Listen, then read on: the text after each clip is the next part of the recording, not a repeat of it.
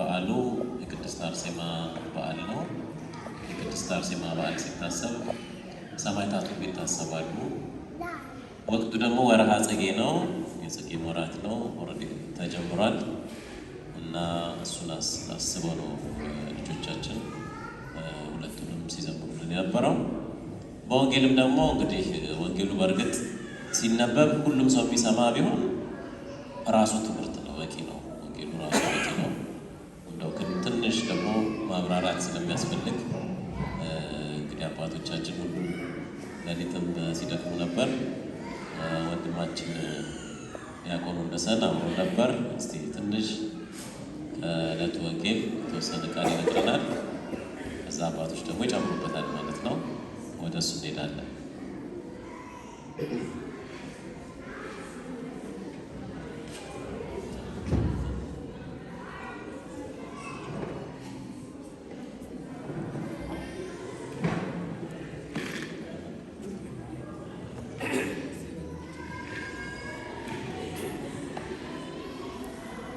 እሺ እንደምን አደራችሁ። የእግዚአብሔር አምላካችን ስም የተመሰገነውን። እንግዲህ አስቀድሞ አባታችን ተናግረዋል። ለመታዘዝ ነው። እንግዲህ ሰው ሲጠፋ አትጥፋ የሚለው ዛሬ ሰው አልጠፋም። አባቶች አሉ። ለመታዘዝ 2 ደቂቃ ወይም 3 ደቂቃ አጠር አድርጌ በዕለቱ ወንጌል ላይ እንማራለን። ዛሬ በቅዳሴ መሃል አባታችን ያነበቡልን የማቴዎስ ወንጌል ምዕራፍ 6 ቁጥር 25 ተነቦልናል፣ ሰምተናል። ጥሬ ቃሉን ሰምተናል። በዚህ ላይ አጭር የተነገረ ነገር አለ። ቃላቱ 5 ፊደል ነው፣ ግን ሁላችንንም ይመለከታል። አትጨነቁ ነው። ምናልባት ይህ ቃል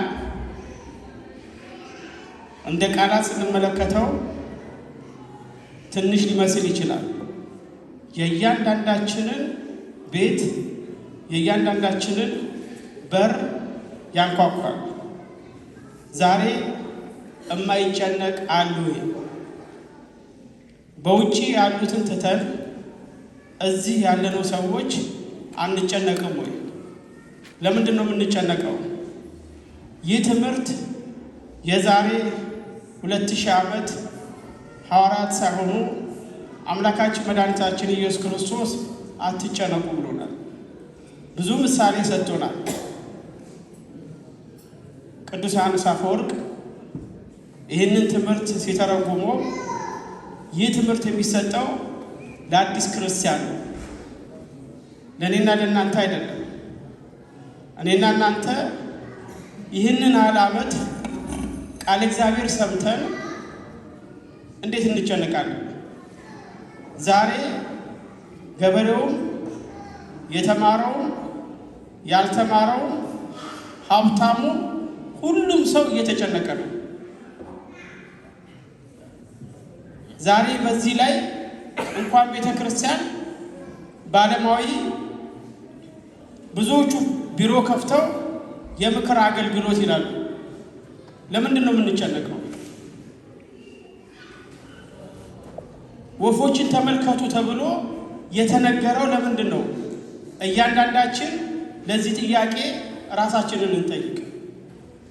አምላካችን መድኃኒታችን ኢየሱስ ክርስቶስ ይህንን ትምህርት ሲነግረን መጀመሪያ እግዚአብሔር እኔና እናንተን ካለመኖር ወደ መኖር ያመጣ፣ እንዴት እኔና እናንተ የምንበላውንና የምንጠጣውን ይነሳናል። ለዚህ ነው እናቶቻችን እርሱ የከፈተው ልቡት። ስለዚህ የሐዋርያትን ሕይወት ስንመለከት ምናልባት 11ዱም በሰማዕትነት ነው ያለፉት። አንዳቸውም ግን ተጨነቁ ሲል አናይም። አቡ ቀለምሲስ ቴዎሎጎስ ወልደ ነጎድጓድ የጌታ ወዳጅ የተባለው ሐዋርያው ቅዱስ ዮሐንስ ብቻ ነው እንግዲህ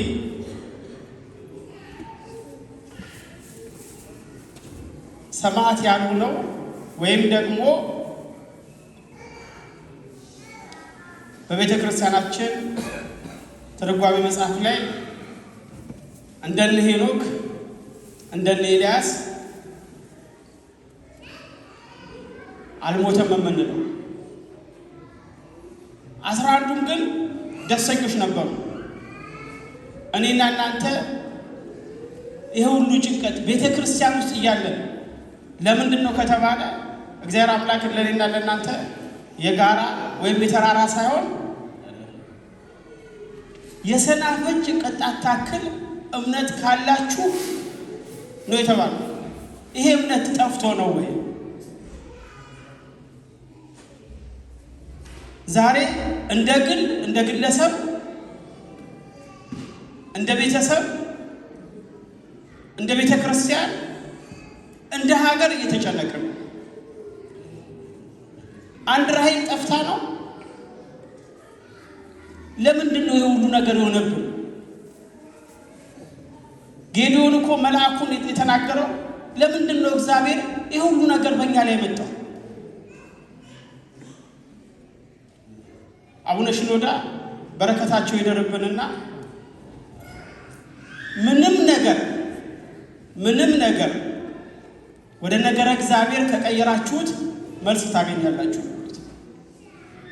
ለምንድን ነው እስራኤላውያን ሁሉ ጊዜ ሊቀ ነቢያት ሙሴ ከ400 ዓመት ባርነት ነፃ አወጣቸው እንላለን? ነገር ከስሩ ነው። ይሄንን ሁላችንም እናውቃለን፣ ተምረነዋል፣ ልጆቻችንን እያስተማርን ነው። ሰው ዝም ብሎ እግዚአብሔርን ማዳን መልካም ነው ይላል። አልቃሻው ኤርሚያስ ይሉታል፣ የለቅሶ አባት ስለሆነ ነው። ስለ 400 ዓመቱ አይደለም። እግዚአብሔር በነቢዩ በሊቀ ነቢያት ሙሴ አማካኝነት ይዟቸው መውጣቱን ብቻ አይደለም። እስኪ ወደ ኋላ እንሂድ። ለምንድን ነው 400 ዓመት የተገዙት? ምን አድርገው ነው? ያቺ ማዕከለ ምድር እስራኤል እኮ ለእግዚአብሔር የተመረጠ ሕዝብ ነው። ለምንድን ነው የተመረጠ ሕዝብ? እኮ ገና 60 እና 70 ዓመት አልሞላቸውም እንደ ሀገር ከሆኑ። ለምንድን ነው የሁሉ ነገር የሆነው? አባቶች አንድ የሚናገሩት ነገር አለ። እሱ ተናግሬ እንግዲህ ትምህርት ይላጠቃል። ኃጢአት ያለ ፍዳ አይነጻም ይላሉ። ለእስራኤል መሰደድ ምክንያት የሆነው ትላንትና 11 ወንድማማቾች እንደ አንድ ቃል ተናጋሪ እንደ አንድ ልብ መካሪ ሆነው በክፋት ወንድማቸው ዮሴፍ ላይ ያደረጉትን ኃጢአት ያለ ፍዳ አይነጻም። እግዚአብሔር እኔና እናንተን በቀኝ እንደተሰቀለው ወንበዴ እንደ መግደላዊት ማርያም በአንድ ቀን ይቅር ሊለን ይችላል። ግን በስጋ የምንከፍለው ነገር አለ። እስኪ ራሳችንን እንጠይቀው። በዚህ ሰዓት እኮ ጌም አይደለም፣ ወንድሞቻችን እያለቁ ነው። በዚህ ሰዓት ለሚዲያ ሩቅ አይደለንም። ምናልባት ከመሀል ከተማ በስተቀር ማንም ሰው እኮ በቀላሉ ለአውደ ምሕረት ለመናገር ሊከብድ ይችላል። እውነቱን እውነት ብሎ መናገር ፖለቲካ አይደለም። በዚህ አይነትማ መጥምቁ ዮሐንስም ፖለቲከኛ ነበር ማለት ነው። ከሴቶች ተብሎ መጥምቀ መለኮት የተባለ ሳይፈራና ሳያፍር የመሰከረ ዛሬ እኔና እናንተ መዝሙርና ዘፈን መለየት በማንችልበት በዛ በዘፈን እኔና እናንተ እኮ ነው ከምላሴ ጸጉር ይነቀል የምንለው። እግዚአብሔር የተናገረውን አያስቀርም እንላለን። የተናገረውን ግን ያስቀራል። ስለምን? ስለኔና ስለናንተ ፍቅር። እውቀቱ የሚከፈለው ነው አይደለም። በነነዌ አይተነዋል። ያንን የመጣ መዓት መልሶላቸዋል። ሄሮድስ ግን ያንን ቃል በመጠጥ በዘፈን ያንን ቃል ስለተናገረ በመኳንንቱ ፊት ሐሰተኛ እንዳይባል ያንን የመሰለ ፍርድ ፈርዶ ዛሬ ቤተክርስቲያናችን አባቶቻችን አዲስ ዓመትን በእሱ እንዲጠራ አድርገዋል።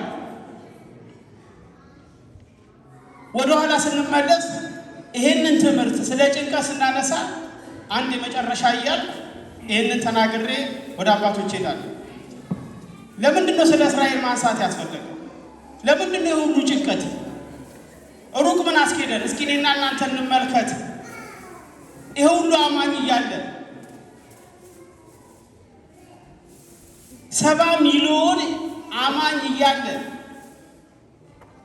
ከ1 እና ከ2 ሚሊዮን በላይ አገልጋይ እያለ ከመስከረም 1 እስከ ጳጉሜ 6 ጠዋት ኪዳኑ፣ ከሰዓት ቅዳሴውን፣ ማታ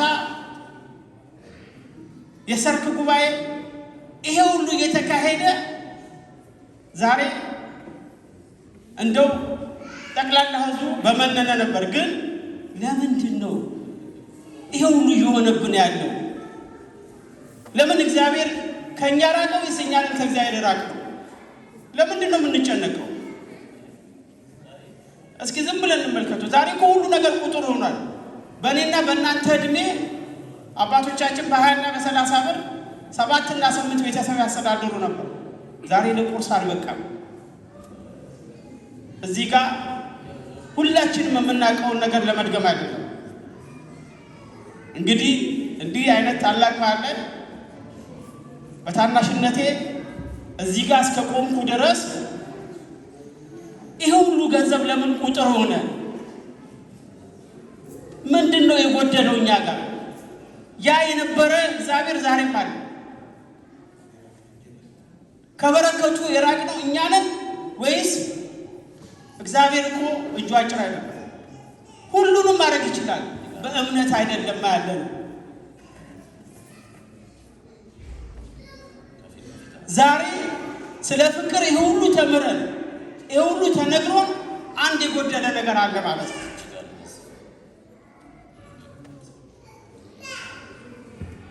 ይሄ ጭንቀት እዚህ ጋር የተነገረን ትምህርት በሙሉ ልክ ቅዱሱ እንደነገረን ሐዋርያው ቅዱስ ጳውሎስ ወደ ፊልጵስዩስ ሰዎች 3 እና 4 ገጽ በማይሞላ 14 ጊዜ ደስ ይበላችሁ ይላል። ስለ ደስታ ነው የሚናገረው። ምንም ነገር ግን የለውም። በዜጋ ሮማዊ ስለሆነ እስከ 3ኛው እና 4ኛው ሰማይ ስለተነጠቀ በጥላው ስለሚፈውስ አይደለም። ይህንን የጻፈው እንደኔና እንደናንተ ቁጭ ብሎ በነፃነት ውስጥ ሆኖ አይደለም። ምናልባት ማዕከላዊ ኃይለኛ የሚባል እስር ቤት ውስጥ ሆኖ ከዛ እስር ቤት የወጣ ሰው ጤነኛ እንኳን ቢሆን በሽተኛ ሆኖ የሚወጣበት ወይም ለዚህ እንኳን እንግዳ አይደለም። እንዲህ አይነት እስር ቤት ሆኖ ነው ውጪ ላሉት ክርስቲያኖች ደስ ይበላችሁ ቢሉ፣ እኔና እናንተ ደስተኛ ነን። ምንድነው የጎደለን? ምንድነው ያጎደልነው? ለምንድነው የምንጨነቀው ብለን እስኪ ራሳችንን እንጠይቅ። የጎደለ ነገር አለ ማለት ነው። እነሱ ምንም ሳይኖራቸው ለምንድነው ምንድነው ያላቸው ካለን እግዚአብሔር ነው ያላቸው፣ ሌላ አይደለም። ሰው ከእግዚአብሔር ጋር ከሆነ ምንም የሚጎለው ነገር የለም። ስለ እያንዳንዱ ነገር ማንሳት ያስፈለገው ለምንድን ነው? እዚህ ጋር እኮ የማናውቀውን ነገር ለመድገም አይደለም እኮ። ትናንትና አንድ እህል በረንዳ ይገዛ የነበረ ዛሬ 1 ኩንታል ካልገዛ ምንድን ነው ችግሩ? አገር ውስጥ የሚመረት አንድ ነገር ልናገርና ትምህርቴን አበቃለሁ። አገር ውስጥ የሚመረተው ጤፍ 10 ምናምን ሺህ ብር ከገባ ምንድን ነው ችግሩ? መጽሐፍ ቅዱስ ላይ እኮ የርግብ ኩስ ተሸጧል። ሰው የሚበላው የሚጠጣውን አጥቶ የርግብ ኩስ ተሸጧል። የርግብ ኩስ ብቻ አይደለም፣ ሁለት እናቶች ተራ በተራ ልጆቻቸውን ለመብላት ከዚህ በላይ የሚያስጨንቅ ነገር ነው። ለፍርድ ሲመጡ የአንዷን ልጅ ለሁለት በልተው የሁለተኛዋ ልጅ ላይ አንደኛዋ ስላላስቻላት ይሄ ወደ ፍርድ ጋር መጣ። ለምን ማንሳት አስፈለገ? ይሄ ሁሉ ከእግዚአብሔር የመራቅ የጦርነት ምክንያት ነው፣ ሌላ አይደለም። መጀመሪያ እዚህ ጋር የምንታየው ፍቅር ከሌለን ሁሉ ነገር ከንቱ ነው። ከዚህ ጋር ነው የሚጀምረው። ሩቅ አንሂድ። እኛ እኮ ዛሬ ቃታ ስቦ መርዝ በጥብጦ ይመስለናል ሰው መግደል። ያ አይደለም። ወንድሙን የሚጠላ ነፍሰ ገዳይ ነው ይለናል። ጥላቻ በእግዚአብሔር ዘንድ በዚህ ነው የሚመዘገበው፣ በነፍሰ ገዳይነት ጥላቻ። ተው፣ ሩቅ አትሂዱ። ስለዚህ ሰው ዝም ብሎ እግዚአብሔር ማዳን ይላል። እንግዲህ ዊንስተን ቸርችል መቼም ጥቅሴ ጨርሼ እንዳልሆነ ትረዱኛላችሁ። አንድ የተናገረውን ቃል ተናግሬ ይጨርሳል። አንድ ሰዓት እንድናገር ከፈለጋችሁ እያልን እንመጣ ከአንድ ደቂቃ በፊት ንገሩኝ ይላል። ምናልባት ግማሽ ሰዓት እንድናገር ከፈለጋችሁ ከሳምንት በፊት ንገሩኝ ይላል። ከ15 ቀን በፊት ደግሞ ከተነገረው 3 ደቂቃ ልናገር እችላለሁ ይላል። ትንሽ የሚናገር ብዙ የተዘጋጀ ሰው ትንሽ ነው የሚናገረው። ምናልባት ማይክ ይዤ ተዘጋጅቼ እንዲያውም ለማለት ነው። ያስተማረን የመከረን እግዚአብሔር አምላክ የተመሰገነ ይሁን። ሁላችንም የመፍትሄው ባለቤት፣ የጭንቀቱ ባለቤት፣ የችግሩ ባለቤት እግዚአብሔር ነውና እንግዲህ ሁላችንም እግዚአብሔር ጋር ቀርበን ዛሬ ለኛ የከበደው ለኛ እንደ ሰማይ የራቀው ለኛ የጨነቀን ለእግዚአብሔር ግን በማይክሮ ሰከንድ ይለውጠዋል። በቀናት በወራት አይደለም። ያችን አገራችንን ሁላችን ወንድሞቻችን ናቸው ዛሬ እንደ ቅጠል እየረገፉ ያሉት። ስለዚህ እግዚአብሔር የሚስጥር የሆነችውን አገሩ የእመቤታችን አስራት ሀገር ገበዙ የሰማዕቱ ቅዱስ ጊዮርጊስ ሀገር እግዚአብሔር አምላክ እንግዲህ ትንሣኤዋን ያሳየን። ያስተማረን የመከረን እግዚአብሔር አምላክ የተመሰገነ ነው። ወስብሐት ለእግዚአብሔር።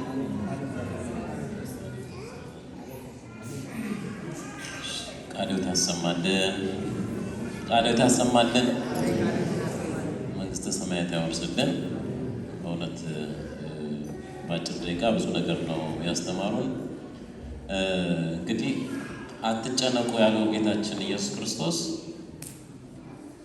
ስለምንጨነቅ እንዲህ አታድርግ፣ ልጆቻችንን ይህን አታድርግ ይህን አታድርግ ስለሚያደርጉ አታጥፋ፣ ተው ምን ነው ስለሚያደርግ።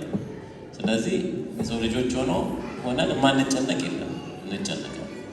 የጭንቀታችን አይነት ግን ይለያያል። የጭንቀታችን አይነት ይለያያል። ስለምንድን ነው የምንጨነቀው? እሳቸው እንዳሉ ስለ ሀገራችን ነው፣ ስለ ነፍሳችን ነው። ጌታችን ኢየሱስ ክርስቶስ እንደተናገረው ስለ መንግስተ ሰማያት ነው ወይ? እናንተ መጨነቅ ያለባችሁ ስለ መንግስተ ሰማያት፣ አስቀድሞ መንግስቱንና ጽድቁን ፈልጉ፣ ሌላ ሁሉ ይጨመርላችኋል። ሌላውንማ አሕዛብ ሁሉ እኮ ያደርጉታል፣ ስለሚበላው ስለሚጠጣው እያለ ዝርዝሩን እራሱ ተናግሮታል። እና እኔ ሁልጊዜ ይገርመኛል እዚህ ሀገር ስመጣና ሀገር ቤት ስንሄድ ጭንቀታችን ይለያያል፣ ሳቃችን እንኳን ይለያያል፣ ደስታችንና ሀዘናችን ይለያያል። በምን እንደሚያዙ የሆነ ምግብ ስላልተስማማቸው ያዝናሉ። የሆነች ባቡር ትንሽ ደቂቃ ስላረፈደች ይናደዳሉ፣ ይቆጫሉ፣ ይጫጫዋሉ፣ ሊሳደቡም ይችላሉ። ጭንቀታቸው ሌላ ነገር ነው። የእኛ ደግሞ ስሜት ደግሞ ሀገራችን የሚበላ ጠፍቶ ይጨነቃል፣ የሚበላ ጠፍቶ እንጨነቃለን። ጦርነቱ ያስጨንቀን፣ ረሃቡ ያስጨንቀን፣ በሰላም መኖሩ ያስጨንቀን። ግን ይሄንን ሁሉ አይደለም እኮ እግዚአብሔር አትጨነቁ ሲል ይሄንን ሁሉ ጨምሮ ተውት፣ እሱን ሁሉ ተውት። እንደው ሌላው ቀርቶ የዚህ በዓል ጉዳይ እንኳን የሚያስጨንቃቸው ብዙ ሰበካ ጉባኤ አባላት ይኖራሉ፣ ምዕመናን ይኖራሉ፣ ካህናት ሊኖሩ ይችላሉ። ደግሞ ምንም ጭንቅ የሌለበት ደግሞ የቤቴ ደግሞ አለ ምንም የማይጨንቀው ሰው ማለት ነው። ምናልባት የሚያበዛውም ደግሞ ሊኖር ይችላል። ለምንድን ነው እንግዲህ ብዙ መጨነቅ የማያስፈልገው? ተጨነቁ የተባልነው ስለምንድን ነው? ስለምንድን ነው? ስለ መንግስተ ሰማይ። አሁን ትላንትና ያው ማህሌት ተቆሞ ያደረው በሰማችሁት ከሆነ ማህሌት የሚቆሙት ሰዎች ሊመጧቸው በቴክኒክ ምክንያት ይሆናል። እንግዲህ በምን እንደሆነም እኔ ምንም አልጨነቀኝም ስላልመጡ፣ ግን ቢመጡ በጣም ደስ ይለን ነበረ። ግን በጣም የተጨነቁ ልጆቻችን አሁን እነዚህ ዲያቆናቱ እዚህ ተወልደው መቼ ነው የሚመጡት? ይጨነቃል። አትጨነቁ። ጌታችን ኢየሱስ ክርስቶስ ይሄንም ነበር የሚላቸው፣ አትጨነቁ። ሐዋርያትን አሁን ትጨነቃላችሁ፣ አትጨነቁ። እና ምንም መጨነቅ ያስፈልግ እንኳን ይሄ እንኳን ስለ መንፈሳዊ ነገር መጨነቅ ማሰብ ጥሩ ነው፣ ማሰብ ጥሩ ነው። ከሀሳብ ግን አልፎ ወደ ጭንቀት መቀየር ግን ምንም ጥቅም የለውም፣ ምንም ጥቅም የለውም። እኛ በኖርንበት ህይወታችን ሽበቱንም ምኑንም ያየነው ስንጨነቅ ነው። ስለምንድን የተጨነቅ ነው ብንባል ግን ያው እኛ እናውቀዋለን። እና ይሄ እንግዲህ ለህይወታችን ትልቅ መርህ ነው። ሁልጊዜ እንማረዋለን፣ ሁልጊዜ እንማረዋለን፣ ግን በተግባር ደግሞ መዋል ያስፈልጋል። እና ጭንቀታችን አሁን ዛሬ ብዙ ሰዎች ጭንቀት ስላለባቸው አይታችሁ እንደሆነ እንደ ሀገር ቤት እኮ እንደነባታ ይመስለኛል። ምናልባት አባታችን በኋላ ሊነግሩን ይችላሉ። እና በጣም ብዙ ሰው ብዙ ስም ነው የመጣው፣ ብዙ ስም ነው የመጣው። ለምንድን ነው? ጭንቀት አለ ማለት ነው። ይህንን ጭንቀታችሁን ሰማዕቷ ቅድስት አርሴማ ከሁሉ በላይ የምትሆኑ ቤታችን ኪዳነ ምሕረት ታቅልልላችሁ። እንደዚህ ስማችሁን ሳትሰጡ ሳንለምነውን የምንሻውን አውቆ የሚሰጠን እግዚአብሔር አምላክ የምትሰጠን የምታሰጠን ኪዳነ ምሕረት ወደፊት እንግዲህ ጊዜ ሲኖር ብዙ ነገር እናወራለን። ምን እንደተደረገልን ምን እያየን እንደሆነ ከኪዳነ ምሕረት ጋር ከእመቤታችን ጋር አሁን ስለ ሌላ ታሪክ ማውራት አስፈላጊ ስላልሆነ እንዘለውና ጊዜ ሲኖረን ወደፊት እናያለን። እና ግን ዋናው ነገር ግን ምንድን ነው? አትጨነቁ። ጭንቀታችሁን ሁሉ ለእግዚአብሔር ስጡ። እሱ ሁሉንም በማትጠብቁት መልኩ ይቀይረዋል። እና እንግዲህ የሀገሪቱንም ሰላም የዓለሙንም ሰላም እግዚአብሔር ይስጥልን። ግን ከሁሉ በላይ አስቀድሞ መንግስቱንና ጽድቁን ሹ እና እነዚህ ዛሬ ተጸልያላችሁ ወንድሞቻችን እህቶቻችን ለንስሐ ሞት ያብቃችሁ፣ መንግስተ ሰማያት ያወርሳችሁ። ይሄ ነው በቃ ዋናው ጸሎት ሊሆን የሚገባው፣ ዋናው ምኞት የሚገባው ይሄ ነው። ስትቆርቡ ከዛ ሁሉ ነገር ይስተካከልላችኋል። እንግዲህ በትምህርት ላይ ትምህርት ጨመርኩኝ፣ ይቅርታ። ከዚህ በኋላ እንግዲህ አባታችን መላከመዊ የቀረውን ደግሞ አቃንተው ያቀርቡታል። በዛ መሀል እንግዲህ ልጆች የሚቀረውን ወረምና መዝሙር ታዘጋጃላችሁ። በኋላ ታቦት የምናዞረው ከመዝሙር በኋላ ነው። እሺ፣ ስለዚህ እሱን አዘጋጁ። የአባታችን መልእክት ይቅደምና ከዛ በኋላ ወደዚያ እንሄዳለን ማለት ነው። እየተዘጋጃችሁ ጠብቃላችሁ ማለት ነው። ቃለ ሕይወት ያሰማልን። በድጋሚ እንግዲህ አባታችን መላከ ሕይወት የሀገረ ስብከቱ ስራ አስኪያጅ የመድኃኔዓለም ምስካየ ኅዙናን ቤተ ክርስቲያን አስተዳዳሪ የመጨረሻውን ቡራኬና ከመጨረሻው በፊት ያለው ቅድመ መጨረሻ ያለው ቡራኬ ይሰጡናል። ወደ እሳቸው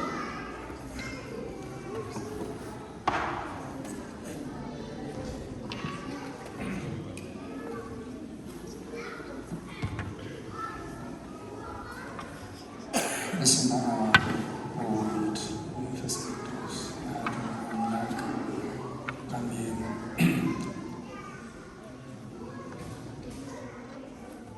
የተከበሩ አባታችን ቀሲስ ሄኖክ የዚህ ደብር አስተዳዳሪ፣ የተከበራችሁ አበው ካህናት፣ ክቡራን የቤተክርስቲያን ከዋክብት ምዕመናን፣ የነገዋ ቤተክርስቲያን ተረካቢዎች፣ ወጣቶች፣ ህፃናትም ጭምር እግዚአብሔር ፍጹም ሰላም። እንደምን አደራችሁ? እንደምን አረፈዳችሁ? እንኳንም ለታላቋ ሰማዕት እናታችን ለቅድስት አርሴማ ዓመታዊ በዓል በጤና በሕይወት አደረሳችሁ። እንግዲህ ትምህርቱ በሰፊው ተምራችኋል። በእውነት አስፈላጊ የሆኑ ትምህርቶች ናቸው ባጭሩ የተሰጡት። ብዙ ጨምሮ ነገር የሚኖር አይመስለኝም። ግን እንደ አንድ ሁለት ቃል እናገራለሁ። ዛሬ ያው በዓሉን የምናከብረው የሰማዕቷን የቅድስት አርሴማን በዓል ነው። ሰማዕትነት እንዲሁ በቀላል የሚገኝ አይደለም። ሰማዕትነት ለማግኘት ደግሞ በጣም ዋጋ ያስከፍላል። ሰማዕት ማለት ራሱ እሱን ማስጠራት ማለት ነው፣ ወይም ዋጋ መክፈል ነው።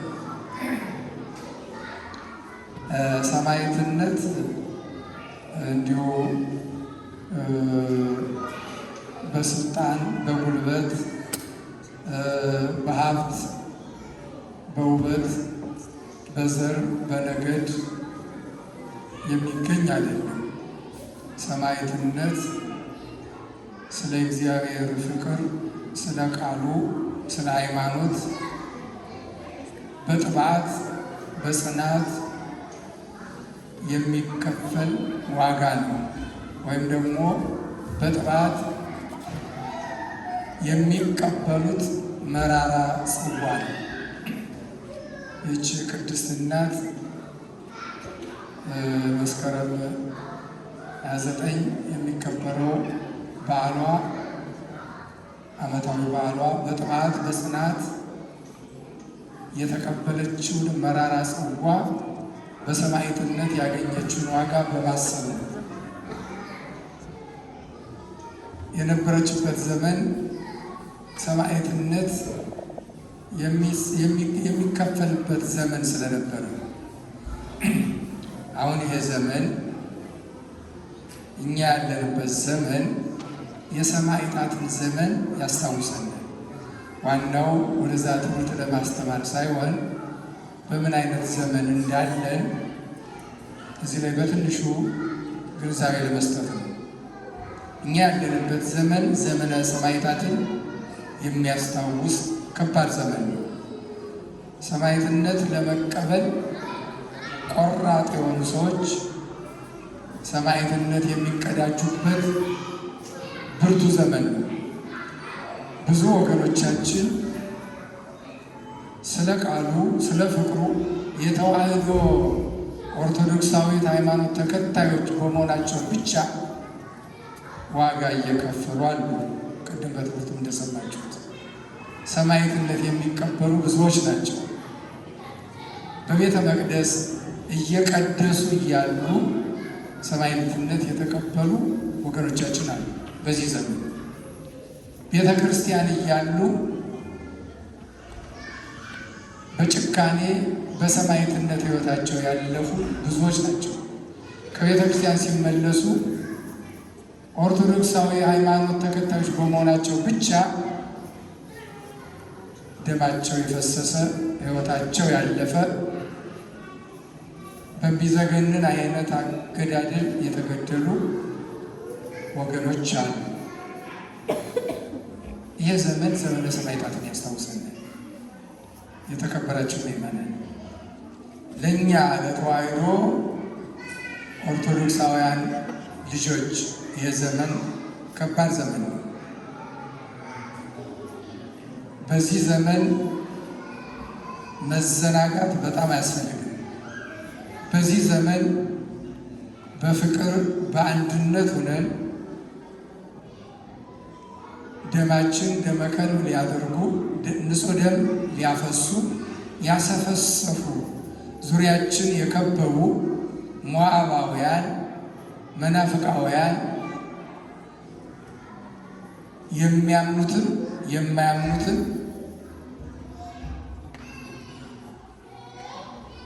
የተዋሕዶ ሃይማኖት ልጆች በመሆናችን ብቻ ከመሰረታችን ነቅለው ሊያጠፉን የተነሱበት ክፉ ዘመን ነው። ቤተ ክርስቲያናችን ዋጋ እየከፈለችበት ያለበት ዘመን ነው።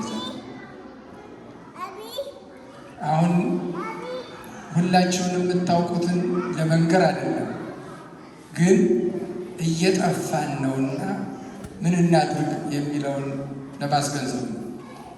ምን እናድርግ? አንድ በአንድ ቀስ በቀስ እየተመዘዝን እየጠፋን ነው። ብዙ ምዕመናኖቻችን ደማቸው ፈሷል። ብዙ ምዕመናኖቻችን ወደ ሌላ በረት ሂደዋል። ብዙ ምዕመናኖቻችን ተገደው እምነታቸውን ለውጠዋል። ብዙ ምዕመናኖቻችን ነግቶ እስከሚመሽ ተጨንቀዋል። ከባድ ፈተና ውስጥ ነው ያሉ። ብዙ ቤተ ክርስቲያኖች በዚህ ዘመን ተቃጥለዋል። ብርቅዬ ድንቅዬ የሆኑ መተኪያ የሌላቸው ነዋያተ ቅድሳቶቻችን የቤተ ክርስቲያን ቅርስ፣ የትውልድ ቅርስ የሆኑ ቅርሶቻችን ተዘርፈዋል፣ ተቃጥለዋል፣ ወድመዋል። የቤተ ክርስቲያን አገልጋዮች እንደነ ዘካርያስ እንደነ አቤል ደማቸው በቤተ መቅደስ ፈሷል። ዘመነ ሰማዕታት የእነ አርሴማ ዘመን የሚያስታውስ ዘመን ነው። አያችሁ፣ ተጠናክሮ ቀጥሏል። ከዚህ በፊት እንዲያውም በስውር በድብቅ በረቀቀ መልኩ ነበር። አሁን ግን በግልጥ ነው። በግልጥ ነው። በርቀት አይደለም፣ በግዝፈት ነው። በስውር አይደለም፣ በግልጥ ነው። በጨለማ አይደለም፣ በቀንም ነው እየገደሉን ያለ። ስለዚህ ሁልጊዜ ቀኝን ሲመታ ግራ ስጠው እንደተባለው እየጠፋን እየተገደልን መሄድ ነው ያለብን ወይንስ መከላከል ነው ያለብን? በነገራችን ላይ ቀኝን ሲመታ ግራን ስጠው የሚባለው ይሉኝታ ላለው ፈሪሃ እግዚአብሔር ላለው ለሚጸጸት ሰው ነው፣ ለሰይጣን አለ። ሕልውናን ሊያጠፋ ለመጣ አይደለም። መከላከል ተፈጥሯዊ ነው። መግደል ነው ኃጢአት እንጂ ራስን መከላከል ራስን መጠበቅ ተፈጥሯዊ እግዚአብሔር የሰጠን ሕግ ነው እና ስለዚህ አሁን እንዳልኳችሁ በውጭም በውስጥም የማያምነው የሚያምነው ከኦርቶዶክስ እምነት ውጭ የሆነው ሁሉ እንደኛ መልካቸው አንድ፣ ደማቸው አንድ፣ ቋንቋቸው አንድ የሆኑ ሁሉ እያጠፉ ነው። ዘርፈ ብዙ ነው። ስለዚህ ይህን ለመቋቋም ቤተ ክርስቲያኗን ለማሻገር የእኛን ሃይማኖት ለትውልድ ለልጆቻችን ለማስተላለፍ ቢያንስ አንድ ነገር ያስፈልገናል። መስራት ማድረግ የምንችለው በቀላሉ ማድረግ የምንችለው እሱም ፍቅርና አንድነት ነው። አሁን የተጎዳ ነው። ቤታችን ተፈተሸ፣ ተመዘነ፣ በውስጥ አዋቂ አንድነታችን ላልቶ ተገኘ። ፍቅር በቤታችን ጠፍቶ ታየ። እነኚህ ሰዎች እርስ በርሳቸው አይደጋግፉም፣ አይረዳዱም፣ አንድ አይደሉም፣ አይዋደዱም። ስለዚህ አንድ ባንድ እያል እናጥፋቸው ነው። ሴራው ይሄ ነው፣ ነገሩ ይሄ ነው። እየጠፋን ያለው ነው። አንዳችን አንድ ባንድ ነው። አንዱ ሲገደል፣ አንድ ቤተክርስቲያን ሲቃጠል፣ አባቶች ሲታረዱ ምንም ያደረግነው ነገር የለም። እስከ መንበረ ፓትርያርካው ድረስ ከምዕመናን እስከ አባቶች ድረስ ሁሉም ዝም። ድፍረቱ በዛ። አሁን ስዕል ማቃጠል፣ መስቀልን ማቃጠል፣ አለባበሳችን መወሰን ተጀመረ። እንደፈለግን ወጥተን መሄድ አንችልም። በተለያየ ቦታ ያሉ በሀገራችን እኮ ተጨንቀው ፈርተው ነው ያሉ። ብዙዎቹ እየተገደሉ ስለማንሰማው ነው እንጂ በክፍለ ሀገር የተዋሕዶ እምነት ተከታዮች ባነሱበት አካባቢ ብዙዎች ሀብታቸውን እየተዘረፉ ልጆቻቸውን ሚስቶቻቸውን እየተነጠቁ እየተደበደቡ እንደ ባሪያ እንደ አገልጋይ ሆነው ያሉ አሉ። ያንም ሆነው ደግሞ ለመኖር ያልተፈቀደላቸው የሚሞቱ አሉ። እና ተመዘን ቀለን ተፈተሽ ምንም ነገር መሰል ናቸው። ድሮ የምታስፈራዋ የኦርቶዶክስ ቤተክርስቲያን ያግርመዋ፣ ሞገሷ፣ ጸጋዋ፣ ክብሯ፣ ልዕልናዋ ወረደ፣ ወደቀ። የአባቶች ክብር፣ ሞገስ፣ ጸጋ ተገፈፈ፣ ተናቀ፣ አስናቁን። እኛም ራሳችን አስናቀ። የሚገርመው ምን አይነት ክፉ ዘመን እንደሆነ በውጭ ያለው ጠላት ብቻ ቢሆን ባልገረመም ከውስጥ ከኛው ከራሳችን እኛው ለእኛው የምንናገረው የምንሰራው ለራሳችን ጥፋት ነው። ስለ ስዕለ ማርያም ባለፈው ሰምታችኋል። ወጣቶች ስዕሏ ለምን ተቀደደ ሲሉ ከቤታችን ደግሞ ከአባቶቻችን ከኛ ምን አገባችሁ? ስዕሏን ይዛችሁ በመስቀሉ ስር እንዳትገኙ። እንዴት አለመታደል ነው! ምን አይነት እንግዳ ነገር ነው! ምን ያህል ክፉ አዚም በቤታችን ገባ! ከባድ ዘመን ነው። ስለዚህ በዚህ ዘመን ወደድንም ጠላንም ምንም ምርጫ የሌለን አንድ መሆን መቻል አለብን። በፍቅር መተሳሰር አለብን። አንድ ኦርቶዶክሳዊ ሲጠቃ ለምን ማለት መቻል አለብን። አንድ ኦርቶዶክሳዊ አንዱን ኦርቶዶክሳዊ በክፉ ሲያማ ተው ማለት መቻል አለብን። አንዱ ኦርቶዶክሳዊ በኦርቶዶክሳዊ ላይ ክፉ ሲሰራ እረፍ ማለት መቻል አለብን። በዚህ ዘመን አንድ ሆነን ተፋቅረን ሕልውናችን ሊያጠፋ የመጣውን ጠላት መመከት ሲገባል እንዴት አንተ እንዴት አንቺ ማለት መቻል አለብን። ይሄ ካልሆነ እንጠፋለን። የጠፉ ሀገሮች እኮ አሉ። እስራኤል እኮ አንድ ወቅት ጠፍታ ነበር። ለ70 ዘመን ጠፍታ ነበር ከምድረ ገጽ።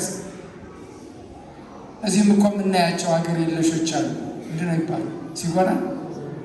ሲጎና ሀገር የለሾች እንዴት እንደሚናቁ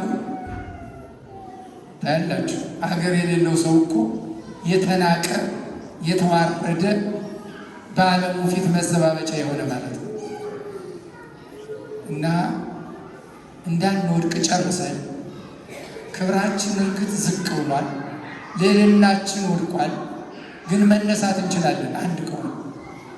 ስለዚህ በፍቅር በአንድነት አንድ ሆነን ቁመን ለአንዱ አንዳችን ድምፅ ሆነን ጉልበት ሆነን መስራት ከቻልን ቤተ ክርስቲያኗን እናሻግራታለን፣ እናጸናታለን፣ ለልጆቻችንም እናስተራርፋለን። ታሪክ ከኛ ላይ እንዳይቆም በእውነቱ ጸልዩ፣ ተመለሱ፣ አንዱን በምንም መስፈርት እርስ በርሳችን የምንጣላበት የምንጋጭበት የምንጓተትበት ዘመን አይደለም። አሁን እሱን ካስፈለገ ጊዜ ሲኖረን፣ አሁን ጊዜ የለንም። ምክንያቱም ከባድ ጠላት ዙሪያችን ስላለ እና የተወደዳችሁ ክርስቲያኖች አብዝታችሁ ለሀገራችሁ፣ ለቤተ ክርስቲያናችሁ፣ ለወገናችሁ፣ ለልጆቻችሁ፣ ለታሪካችሁ ጸልዩ። እንጸልይ። ለሀገራችን፣ ለቤተ ክርስቲያናችን፣ ለልጆቻችን፣ ለታሪካችን፣ ለሃይማኖታችን አንድ እንሆን፣ እንፋቀር። ይህ አስፈላጊ ነው። ይህን የምንጀምረው ደግሞ ከኛው ነው። ከራሳችን ከኛ ህይወት ከኛን ጀምር ከሌላው አይደለም የምንጠብቀው። አዎ እንደዚህ እኮ በዓል አሁን ማክበር የቻልነው ሰላም ካለበት ሀገር ስለሆነ በሰላም መተን ማንም እንትን ሳይለን በዓል አገልግለን አክብረን እንሄዳለን። በሀገራችን እኮ በዓል ማክበር ሁሉ የማይቻልበት ቦታ አለው። ታቦት እኮ ሲወጣ እኮ በድንጋይ እየተወረወረ ታቦት ላይ እኮ ይጠላል። ታቦት አናሳልፍም ተብሎ እኮ ታቦት የሚመለስበት ጊዜ ነው። ከባድ ነው። ወደዛ ዝርዝሩ አልገባም እና ስለዚህ አንድ እንሁን፣ እንፋቀር፣ እንጸልይ ለማለት ነው። በተረፈ ሌላው እግዚአብሔር የተመሰገነ ይሁን። ጥሩ በዓል ነው የተከበረው። በርቱ። በእውነት እንግዲህ ቤተ ክርስቲያን የምታድገው ካህናት ከሰበካ ጉባኤ አባላት፣ ስራ አስፈጻሚ የኮሚቴ አባላት ጋር፣ ካህናት የስራ አስፈጻሚ ኮሚቴ አባላት ከጠቅላላው ምዕመናን ጋር፣ ምዕመናን ከኮሚቴው ጋር፣ ኮሚቴው ከካህናቱ ጋር፣ ምዕመናንና ኮሚቴው ከአባታቸው ጋር አንድ ስትሆኑ ስትፋቀሩ ቤተክርስቲያን ታድጋለች። የመሪያችሁን የአባታችሁን ድምፅ ስትሰሙ ኮሚቴውና ምዕመናን አንድ አይነት ነገር በፍቅር ሲሆን ቤተክርስቲያን እያደገች ትሄዳለች እና ለሁላችንም ማለት ነው ሁላችንም ቤተክርስቲያናችን እያሳደግ እንድንሄድ እዛ ድምፅ አልባ ለሆኑት በፈተና ውስጥ ላሉት ለወገኖቻችን ሁሉ መድረስ እንድንችል ከራሳችን በዚህ መልኩ ስንሰራ ይሆናልና እግዚአብሔር ሰላሙን፣ ፍቅሩን፣ አንድነቱን ይላክልን። የሰማዕቷ የቅድስት አርሴማ በረከት ረድኤት ከሁላችን ጋር ይሁን። ይቆየን። እግዚአብሔር ይስጥልን፣ ቃለ ሕይወት ያሰማልን። እንግዲህ ያው የጎደለው ሁሉ ሞልቷል። መዘምራን ተዘጋጃችሁ? የት አላችሁ? ወጣ ወጣ በሉና ተዘምራላችሁ።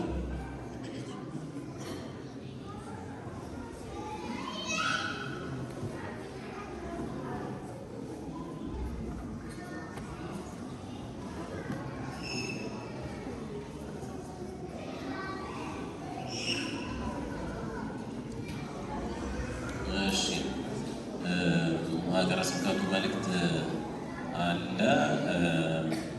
ምንድነው የ2018 ተቀይሯል አይደለም? 2026 ነው የምጠብቁት መቼም ብዙዎቻችሁ 18 ላይ ነን እኛ ያለ ነው። የ18 ከ25 ከ26 ጋር የተሰናሰለ ካሌንደር ሀገረ ስብከቱ ያዘጋጀው አለ። ታገኛላችሁ።